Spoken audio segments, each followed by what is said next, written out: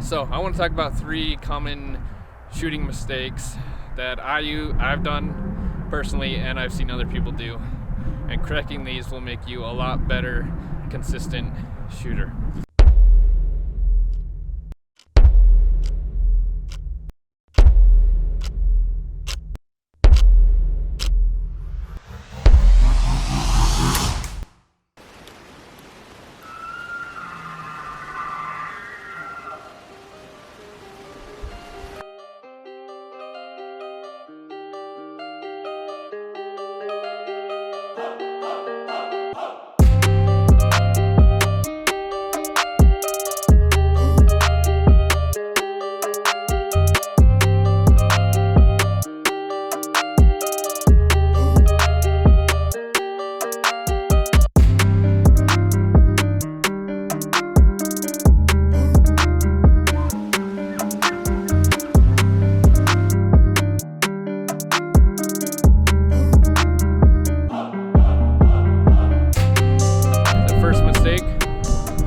Back incorrectly. Okay, so I've seen a lot of people, and I did this when I first started shooting bows too, is when you first pull back, they aim way high and then bring it down.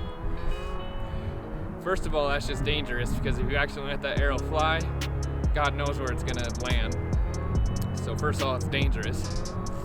Second of all, once you're up high, then you gotta bring back down, you gotta level the bow out, level your arm out, look to the sight. It just creates extra steps. So when you pull it back, you don't want to be pulling up way high. You also don't want to be pointing at the ground. You want to be just above level, okay? So, because when you do that and you pull back, you're going to be using a little bit more of your back instead of your shoulder. If you've ever done workouts at the gym, you've done back workouts like face pulls, it's just like that. You have it slightly up and you're pulling back, just like that. Just don't aim too high. And another part that goes with this mistake is don't drop your shoulder when you pull back. If you do that, you're going to be using a lot more of your shoulder to pull it back. And then once you get it back, you have to raise your arm up. It's going to move the bow. You have to readjust your arm. And that just creates extra steps. And you may not have that much time if you're shooting at an animal. So when you pull the bow back, get your shoulder high, aim, put the bow up just a little bit of an angle up, and visualize pulling back with your back. So then when you get back, your shoulder's already in the correct position. Second mistake that I want to talk about is gripping the bow too hard. You're white knuckling it, right? So you're gripping this way too hard.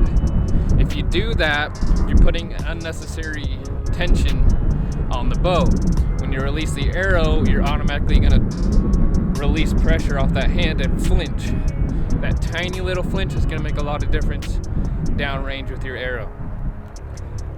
So after you pull back, don't grip it too hard. Just a nice, easy grip. You can let the fingers float or just barely touch them on the bow. You don't want to putting much pressure at all.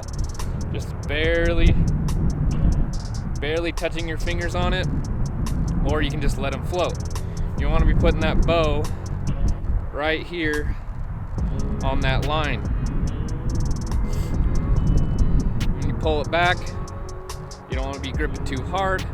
Just let it float. You're pulling the bow back into that hand. Okay, that hand's doesn't need to hold the bow up. It just needs to sit on it. Okay, just like you're holding a rifle.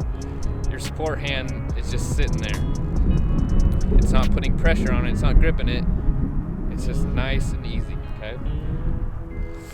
And while we're at that, your arm is going to do the same thing. You don't need to be putting unnecessary tension on your arm. Just let that arm float, a little bit of bend, and that's going to be a lot better. Okay, third mistake is putting this string too tight against your face. After you pull the bow back, you just want to slightly rest that on your cheek.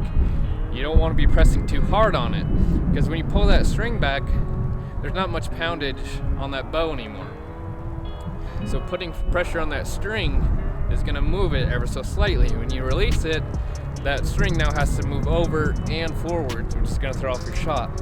So you just want to very slightly be putting that on your cheek. You don't want to put any pressure, just a very slight rest. So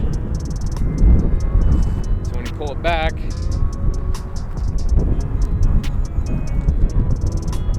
just very slightly resting on that cheek.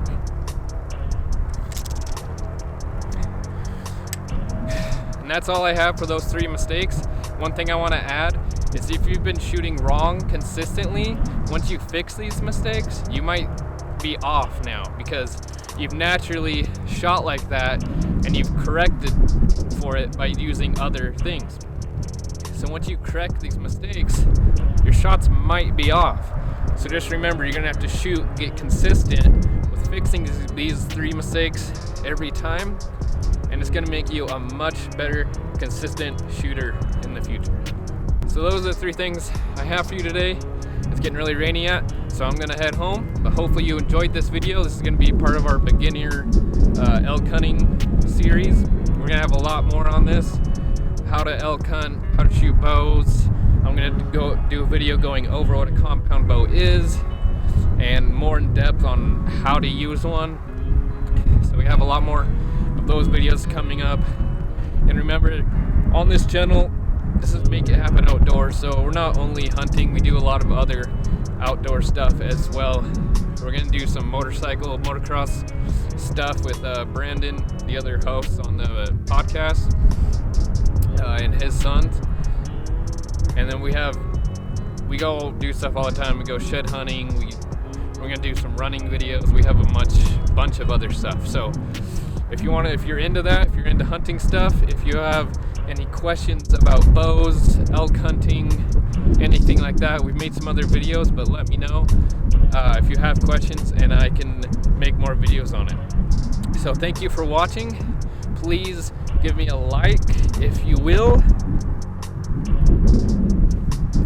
If you want to see more, if you want to find your way back for more tips, more instructional videos, tutorials, please subscribe and get back to us. That would be great.